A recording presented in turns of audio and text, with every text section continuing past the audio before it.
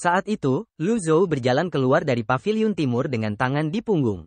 Ekspresinya tenang, tetapi di dalam hatinya, ia bingung.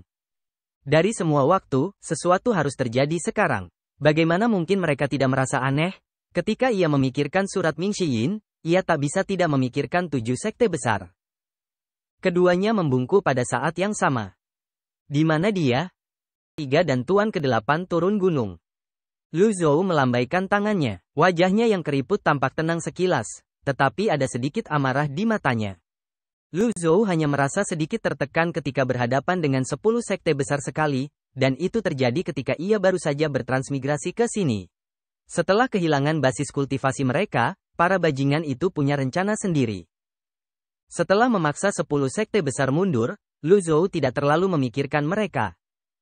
Sayangnya, paviliun langit jahat terlalu mempesona. Sulit untuk tidak menginginkannya. Secara kebetulan, orang-orang ini berkumpul dan membentuk aliansi. Di bawah Panji mendukung jalan yang benar, mereka menipu dunia demi mendapatkan reputasi. Lu Zhou berdiri di luar paviliun langit jahat dan menunggu dengan tangan di punggungnya. Tak lama kemudian, dia melihat Duan Museng dan Zhu Honggong menggendong Pan Litian mendaki gunung. Ketika mereka berada di luar paviliun langit jahat dan melihat tuan mereka, mereka akhirnya berhenti dan dengan hati-hati meletakkan Pan Litian di tanah. Menguasai. Leng Luo dan Pan Zong bergegas menghampiri ketika mendengar kabar tersebut. Melihat kondisi Pan Litian, mereka tak kuasa menahan cemberut. Leng Luo selalu bertengkar dengan Pan Litian. Seiring berjalannya waktu, mereka sering berselisih. Mereka bisa dibilang teman lama. Bagaimana mungkin dia tidak terkejut ketika melihat kondisi Pan Litian? Pan Zong bahkan lebih terkejut lagi. Sejak mereka berdua bertemu, Pan Litian telah membimbingnya dalam kultivasi setiap hari. Ia tidak ragu dan mengajari Pan Zong langkah demi langkah. Bagaimana mungkin Pan Zong tetap teguh pada pendiriannya?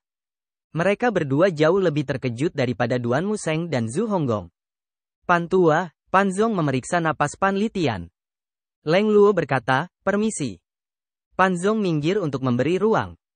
Leng Luo meletakkan telapak tangannya di atas Pan Litian. Setelah memeriksanya, ia berkata, "Ini gejala terbakarnya lautan Qimu. Kau terluka sejak awal, dan sekarang, kau telah membakar lautan Qimu. Pan tua, apa kau sudah gila?" Duan Museng berkata, "Aku menemukannya. Dia tergeletak di kaki gunung ketika saya menemukannya. Dia pasti sedang berkelahi dengan seseorang."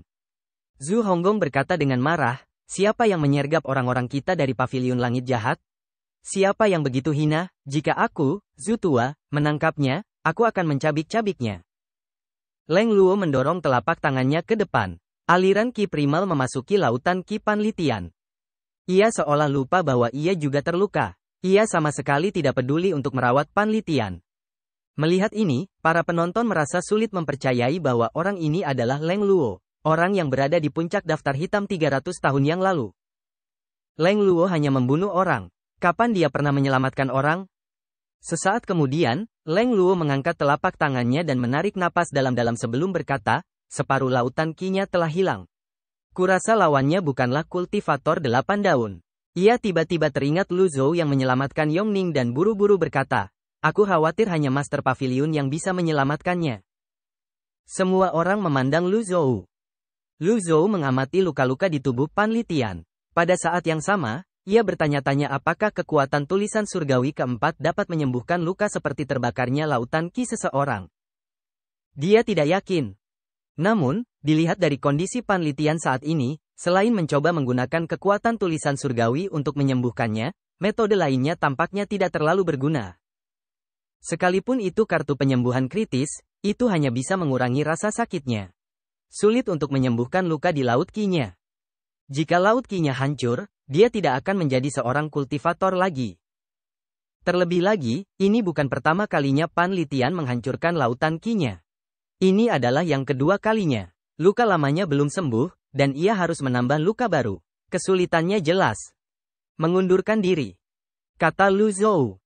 Leng Luo, Pan Zong, Duan Museng, dan Zhu Honggong segera mundur. Mereka memberi jalan untuknya. Lu Zhou berjalan ke sisi Pan Litian. Ia mengangkat tangan kanannya. Saat lengan bajunya jatuh, sebuah teratai biru samar muncul di telapak tangannya. Yang lainnya menahan napas. Mereka merasa seakan-akan sedang menyaksikan pemandangan yang familiar. Mereka dapat merasakan vitalitas yang kuat dari teratai biru di telapak tangan Lu Zhou dan dasar kultivasi mengerikan yang terkandung di dalamnya. Mata Leng Luo bersinar terang di balik topeng peraknya. Ia menatap teratai biru dengan tak percaya. Ketika Yongning disembuhkan, mereka tidak melihat apa yang terjadi melalui jendela. Ini adalah pertama kalinya mereka menyaksikannya dengan mata kepala mereka sendiri. Teratai biru berputar dan beriak bagaikan air pasang. Ketika teratai biru hampir matang, Lu Zhou membalikkan telapak tangannya ke bawah. Teratai biru pun jatuh. Itu mendarat di dada Pan Litian. Teratai biru berputar dan berakar di tubuh Pan Litian, menimbulkan riak-riak biru yang menyerupai turbin. Vitalitas dan kekuatan penyembuhan yang dahsyat awalnya menyembuhkan lautan Ki Pan Litian dan luka-lukanya. Hal ini berlangsung selama 1/4 jam penuh sebelum teratai biru itu menghilang. Batuk. Pan Litian berdeham. Yang lainnya sangat gembira. Dia sudah bangun. Pan Zong buru-buru membantunya berdiri. Pan Litian membuka matanya, seolah-olah ia telah kembali ke dunia cahaya dari kegelapan. Ia mengerjap, ia yakin ia hidup kembali. Dia melihat ke kiri dan ke kanan. Semua orang tampak bahagia. Pan tua, kau membuatku takut setengah mati. Kau baik-baik saja, siapa yang menghajarmu seperti ini? Untung saja kepala paviliun bergerak. Kalau tidak, kau pasti sudah mati, dan akulah yang akan menjaga makammu. Pan Zong memukul bahu Pan Litian. Pan Litian terbatuk lagi. Pikiran Pan Litian kini lebih jernih. Mendengar kata-kata Pan Zong, ia berkata dengan kesal, "Enyahlah. Aku tidak akan mati. Kamu masih keras kepala sekali." Pan Zong terdiam. Pan Litian menangkupkan tinjunya ke arah Lu Zhou dan berkata, "Terima kasih, Master Pavilion." Lu Zhou mengelus jenggotnya dan mengangguk. Ia berkata, "Katakan siapa yang melakukan ini padamu." Pan Litian mendesah pelan. Lalu, ia menceritakan semua yang terjadi kepada Lu Zhou. Setelah selesai, Pan Litian berkata, "Awalnya, saya ingin bertemu Feng Qinghe dan menjelaskan semuanya. Namun, Feng Liu memutuskan di tengah perjalanan. Murid pertama Feng Qinghe, Feng Liu, adalah orang yang pengkhianat.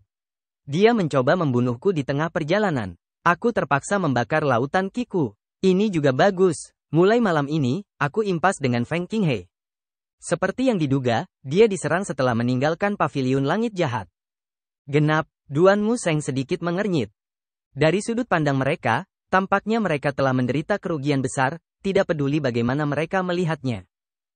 Saat aku meninggalkan sekte kejelasan dulu, Feng Qinghe diam-diam membantuku. Lupakan saja, aku memang menjalani hidup yang tak berharga sejak awal. Aku bersyukur masih hidup hari ini. Pan Litian berkata, "Mereka pikir aku akan mati. Bahkan jika aku harus merangkak, aku akan merangkak kembali ke paviliun langit jahat." Yang lainnya terkejut. Pada saat yang sama, mereka melihat Pan Zong. Saat Pan Litian mendesah, dia merasakan tatapan aneh sang Master Pavilion. Dia berbalik menatap Lu Zhou. Ekspresi Lu Zhou tetap sama. Tidak ada yang tahu apa yang sedang dipikirkannya. "Apakah menurutmu kita impas? Apa maksudmu, Master Pavilion?" "Penatua Pan, kau telah hidup sia-sia selama bertahun-tahun, namun kau bahkan tidak mengerti hal ini." Lu Zhou menggelengkan kepala dan mendesah. "Tahukah kau berapa banyak orang yang menunggu kematianku? Tahukah kau berapa banyak orang yang menunggu untuk menginjak-injak pintu paviliun langit jahat?"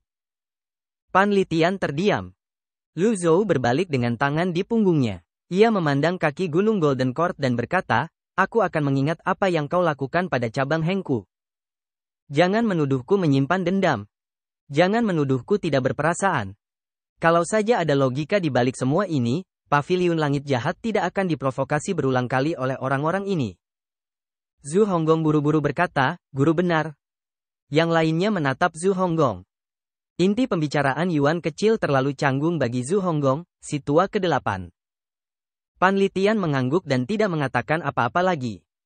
Lu Zhou berkata, "Laut Kimu belum pulih sepenuhnya. Pulihkan dirimu sendiri." "Terima kasih." Pan Litian berdiri dan membungkuk dalam-dalam pada Lu Zhou. Kekuatan menulis surgawi yang ia gunakan kali ini lumayan. Ia telah menyia-nyiakan sepertiga dari kekuatan luar biasa miliknya. Namun, ini juga membuktikan bahwa kekuatan supernatural kitab suci surgawi dapat menyembuhkan luka-luka tersebut. Namun, jika ia ingin menyembuhkannya sepenuhnya, ia membutuhkan kekuatan luar biasa 2 atau 3 kali lipat. Saluran pembuangannya terlalu besar. Dikatakan bahwa mudah dihancurkan tetapi sulit diperbaiki. Tubuh manusia memiliki ribuan meridian. Lautan Qi adalah bagian terpenting dari seorang kultivator.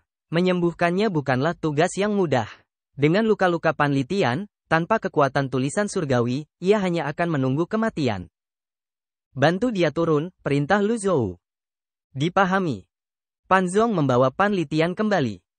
Pada saat ini, Yuaner kecil berlari dari arah saudara Dong. Ketika dia melihat Pan Zong mendukung Pan Litian, dia bertanya dengan rasa ingin tahu, "Guru, ada apa dengan tetua Pan?" "Kebodohan. Itu karena luka dalam. Tidak perlu khawatir tentang dia," kata Lu Zhou. Pan Litian terhuyung dan hampir jatuh. Karena Master Pavilion sudah bicara, bagaimana mungkin ia membantahnya? Ia segera meletakkan tangannya di bahu Pan Zong dan berkata, "Jalan lebih cepat." "Bagaimana kamu bisa berjalan lebih cepat seperti ini?" "Jika aku menyuruhmu berjalan lebih cepat, berjalanlah lebih cepat." Mereka berdua mempercepat langkah dan menghilang dari pandangan. Dia sama sekali tidak terlihat terluka. Duan Museng dan Zhu Honggong bingung dengan hal ini. Zhu Honggong berkata, "Guru, apakah Pan Tua sedang berpura-pura?" "Kamu terlalu banyak bicara." Lu Zhou meliriknya.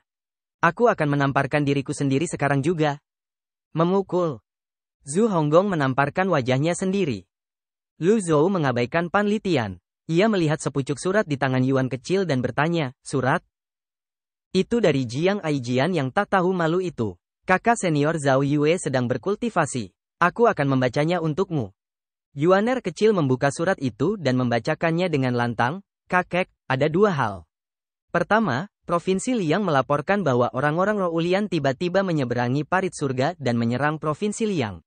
Tanpa Si Wuya, Sekte Nether jauh lebih lemah. Sekarang Sekte Nether dan orang-orang Roulian sedang berperang. Aku khawatir perang ini tidak akan berakhir dalam waktu dekat. Kedua, berhati-hatilah terhadap aliansi pemusnahan iblis. Kau harus bertahan. Aku hanya bisa menonton dari jauh." "Lah. Menyebalkan. Lah, pantatku." Yuan kecil merobek surat itu berkeping-keping dan melemparkannya ke kakinya. Kemudian, ia menggertakkan gigi dan menginjak-injak surat itu. Zhu Honggong, petik 2. Melihat sikap adik kecil, Zhu Honggong merasa sedih. Ia merasa akan diganggu seumur hidupnya. Lu Zhou mengelus jenggotnya dan mengangguk. "Baiklah." Setelah selesai berbicara, dia kembali ke Paviliun Timur. "Selamat jalan, Tuan." Ketiganya membungkuk serempak. Zhu Honggong berkata, "Orang-orang dari Jalan Mulia ini menjijikkan. Tidak, aku harus memikirkan cara untuk menghadapi mereka." "Kamu," Duan Museng menatap Zhu Honggong dengan pandangan tidak setuju. Setelah mengatakan ini, dia berbalik dan pergi. "Kau benar." Zhu Honggong menggaruk kepalanya. "Aku akan tanya kakak senior ketujuh." Tak lama setelahnya, Zhu Honggong muncul di depan gua refleksi. Ia tidak terburu-buru masuk. Sebaliknya, ia mengintip untuk mengamati situasi di dalam. Keluar, suara Si Wuya dingin.